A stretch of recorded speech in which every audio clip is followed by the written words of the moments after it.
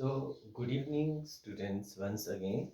सो अभी तक हमने थ्योरीज ऑफ बिजनेस एथिक्स में हमने कंसिक्वेंशलिज्म या कंसिक्वेंशलिज्म थ्योरी की और इसके अलावा नॉन कंसिक्वेंशलिज्म, ठीक है, थ्योरी की।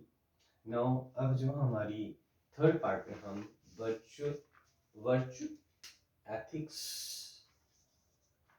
एथिक्स थ्योरी और nature law theory nature law theory करने जा रहे हैं।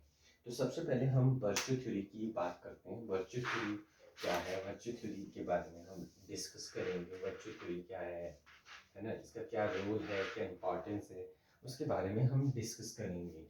So basically virtue ethic is जो वर्च्यू एथिक्स है ये मोस्ट रिसेंट टर्म है वर्च्यू एथिक्स। सो वर्च्यू एथिक्स थ्योरी बेसिकली ये क्या बताती है? किसी के मॉरल कैरेक्टर को, किसी पर्सन की मॉरल कैरेक्टर को जस्टिफाई करती है, ठीक है। तो ये थ्योरी बोलती थी कि अगर कोई भी पर्सन जो भी है, कोई भी काम करता है ना, सो वो अपने जो इनर पावर है, जो इनर उसके अंदर जो मॉरल वैल्यूज हैं, उसी के बेस पे ये काम करता है। सो ये कह रहा था कि अगर वो बंदा जो है, जो भी पर्सन है, वो क्या है ना, मॉरली वो जो एक्ट नहीं करता है, ठीक है, वो जो एक्शन कर रहा है ना, तो वो सही तरीके से नहीं कर रहा है। तो मतलब क्या है कि वो सही नहीं है, उसका कैरेक्टर सही नहीं है। जिस पर्सन का कैरेक्टर सही नहीं है, मतलब वो अपने मन में इंटेंशन लेके आता है कि मुझे भी इस तरीके से ही काम करना है ना, तो वो काम जो है बिल्कुल सही नहीं होगा, ठीक है। अगर फॉर एग्जांपल मैं इसका एग्जांपल लेता हूँ कि फॉर एग्जांपल कि मुझे चोरी करने की आदत है ना, सो मैं ना इस चीज़ को कभी नहीं झुठला सकता, जो अगर क्योंकि मेरे को लोग जानते हैं, मेरे कैरेक्टर को जानते हैं, तो इस चीज़ को कोई भी झुठला नहीं सकता मेरे कैरेक्टर को, है ना, कि ये लोग चोर है। भले ही वो उस इंटेंशन से कोई काम नहीं भी करता है, मगर फिर भी लोग जो है कि जजमेंट बना लेते हैं कि कहीं ना कहीं इसका कैरेक्टर जो है सही नहीं है, ये मॉरली एथिकली सही काम करेगा ही नहीं, ठीक है। सो बेसिकली ये जो थ्योरी थी ये कुछ जैसे कॉन्सिक्वेंशलिज्म में बोला है ना, कि अगर आप जो है कि झूठ बोलते हो, है ना, तो उसका पता जो है वो एक्शन के जो रिजल्ट्स के ऊपर डिपेंड करता है, कि जो भी रिजल्ट आएगा उसके बेस पे करेगा। नॉन कॉन्सिक्वेंशलिज्म में बोला कि आप जो रूल्स और रेगुलेशंस फॉलो कर रहे हैं, मतलब लाई बोल रहे हो, है ना, तो कायदे से हमें झूठ नहीं बोलना चाहिए, मगर आप झूठ बोल रहे हो तो मीन्स वो क्या है, एथिकली सही नहीं है। नो, वर्च्यू थ्योरी ने क्या क्या प्रूव कर दिया कि बेसिकली कोई भी पर्सन जो है वो जो है मॉरल एक्ट करता है, अगर वो सही तरीके से काम करता है, सही तरीके से कैरेक्टर वाइज वो सही माना जाएगा, है ना। और हर किसी की एथिकल ड्यूटीज हैं, है ना, कि वो सही तरीके के से काम करे। अगर वो सही तरीके से काम करता है तो वो क्या है, एथिकली राइट होगा। सो बोलता है character of the person carrying out an action rather than ethically duties and rules or the consequences of particular action. So क्या consequences रहते हैं या क्या उसके results रहते हैं, क्या है ना, अगर वो किसी पर्सन का जो कैरेक्टर है वही डिसाइड करता है कि वो पर्सन जो है वो सही तरीके से काम कर रहा है या नहीं करता है। सो इसकी मेरिट्स थी, ठीक है, ये एथिक सेंटर था। तो ये थ्योरी बहुत यूजफुल साबित हुई, है ना, क्योंकि इसमें क्या है, क्योंकि पर्सन जो है, एक पर्सन जो है दूसरे पर्सन के कैरेक्टर को असेस करने में लगा रहता है। तो कहीं ना कहीं क्या था, इस थ्योरी ने बोला कि अगर एक पर्सन का जो कैरेक्टर है वो सही नहीं है, तो ऑब्वियसली बात है वो काम भी सही नहीं करेगा, है ना। सो ये सबसे बड़ी मेरिट थी इसकी, ठीक है। तो ये जो थ्योरी थी, इसके अकॉर्डिंग क्या है, ये पर्सन की होल लाइफ के ऊपर डिपेंड थी। अगर उसकी रेपुटेशन जो है बिल्कुल सही है तो वो सही काम करेगा, और अगर बैड है तो वो ना चाहते हुए अगर उसकी पर्सनल लाइफ के इंटरफेयर कर देता था, मतलब एक तरह से, है ना, कि अगर वो चाहेगा भी सही तरीके से, उसको प्रूव करना पड़ेगा कि वो सही काम कर रहा है, ठीक है। नाउ डीमेरिट्स क्या थी कि इसने मॉरल डेलिमा, है ना, जो नैतिक दुविधा थी उसको सॉल्व नहीं कर पाई ये थ्योरी। देन इस थ्योरी में छोटी सी थ्योरी है ये। इस थ्योरी में जो है कोई भी ये नहीं बताया गया, लिस्ट ऑफ वर्च्यू नहीं बताए गए, कोई ऐसी लिस्ट नहीं दी गई कि ये काम सही है ये या ये काम जो है गलत है, ऐसा कोई लिस्ट नहीं बनाई गई। जैसे कि इस थ्योरी ने बोला था कि कैरेक्टर वाइज जो काम करेगा सो आइदर वो मॉरली गुड हो सकता है या नहीं हो सकता है, तो उसके कैरेक्टर के ऊपर डिपेंड करता है। तो पर परंतु इसने कोई भी ऐसी लिस्ट बना के नहीं दी। नाउ ये थी virtue theory. Now natural law of ethics, जो थर्ड थ्योरी है वो है natural law of natural, fourth theory है नेचुरल लॉ ऑफ एथिक्स।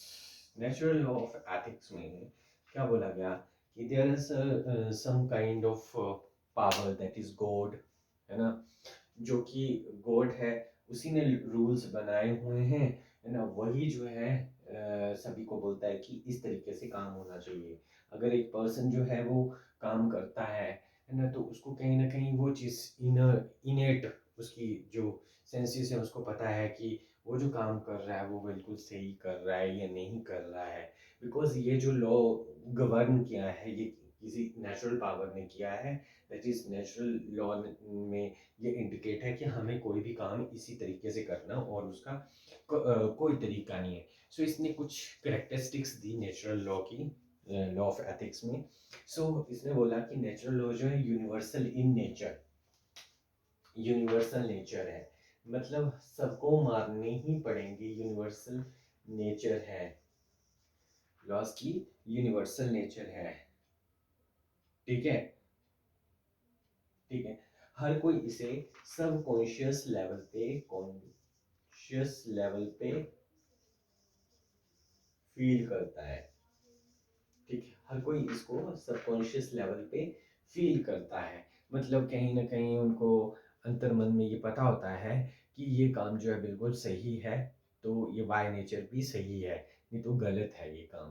तो कहीं ना कहीं इसको सबकॉन्शियस नेचर क्या होती है कि एक माइंड में, है ना, जिसमें एक माइंड में एक लेवल होता है, एक कॉन्शियस लेवल होता है जिसमें हमें पता होता है कि हाँ ये बिल्कुल सही है ना, या नहीं पता है बिल्कुल भी। एक होता है कि इसमें पता भी है और नहीं भी, बट एक सबकॉन्शियस लेवल पे ये फील होता है कि ये कौन सा काम सही है और कौन सा काम जो सही नहीं है।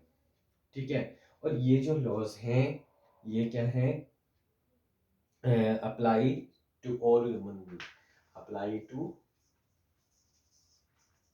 All human being, apply to all human being मतलब कि ये जो यूनिवर्सली नेचर है तो हर कोई आदमी को यही रूल्स जो हैं वो फॉलो, लॉज को फॉलो करना ही पड़ेगा, है ना, चाहे वो किसी भी रिलीजन, किसी भी रीजन, किसी क्रीड, किसी भी कास्ट का, लैंग्वेज का हो।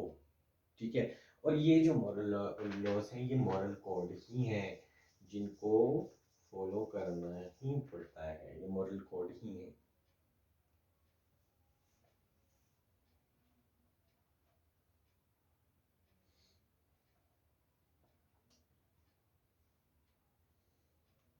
ठीक है, नाउ मैरिट्स, मैरिट्स में इसने क्या बोला,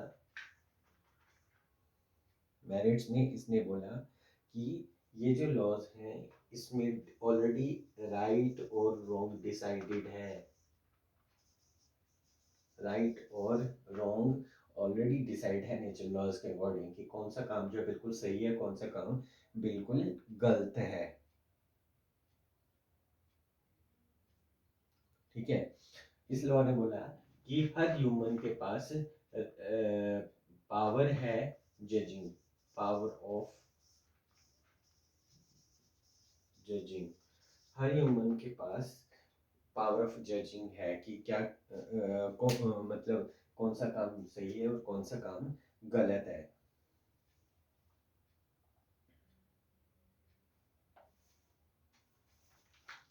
ठीक है, नाउ डीमेरिट्स, डीमेरिट्स क्या बोलती हैं इसकी, मेरिट्स हो गई, देन डीमेरिट्स।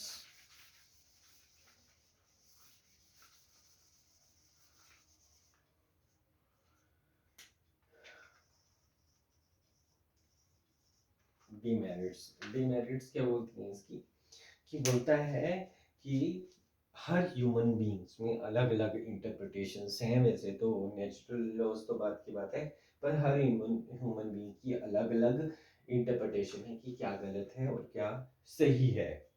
नेक्स्ट ये बोलता है कि इसने लेजिस्लेटिव एक्ट मतलब जो लॉज कानून के नियम बने हुए हैं है ना, उनको पीछे ही कर दिया है। ये बोलता है कि नेचुरल ही सब कुछ है ना। सो उसने कोई भी ऐसी एप्लीकेशन नहीं बताई जहाँ पे नेचुरल लॉज जो है वो यूज होते हों लेजिस्लेटिव एक्ट में भी। ठीक है, सो इसकी ये डिमेरिट्स थी। एक तो डिफरेंट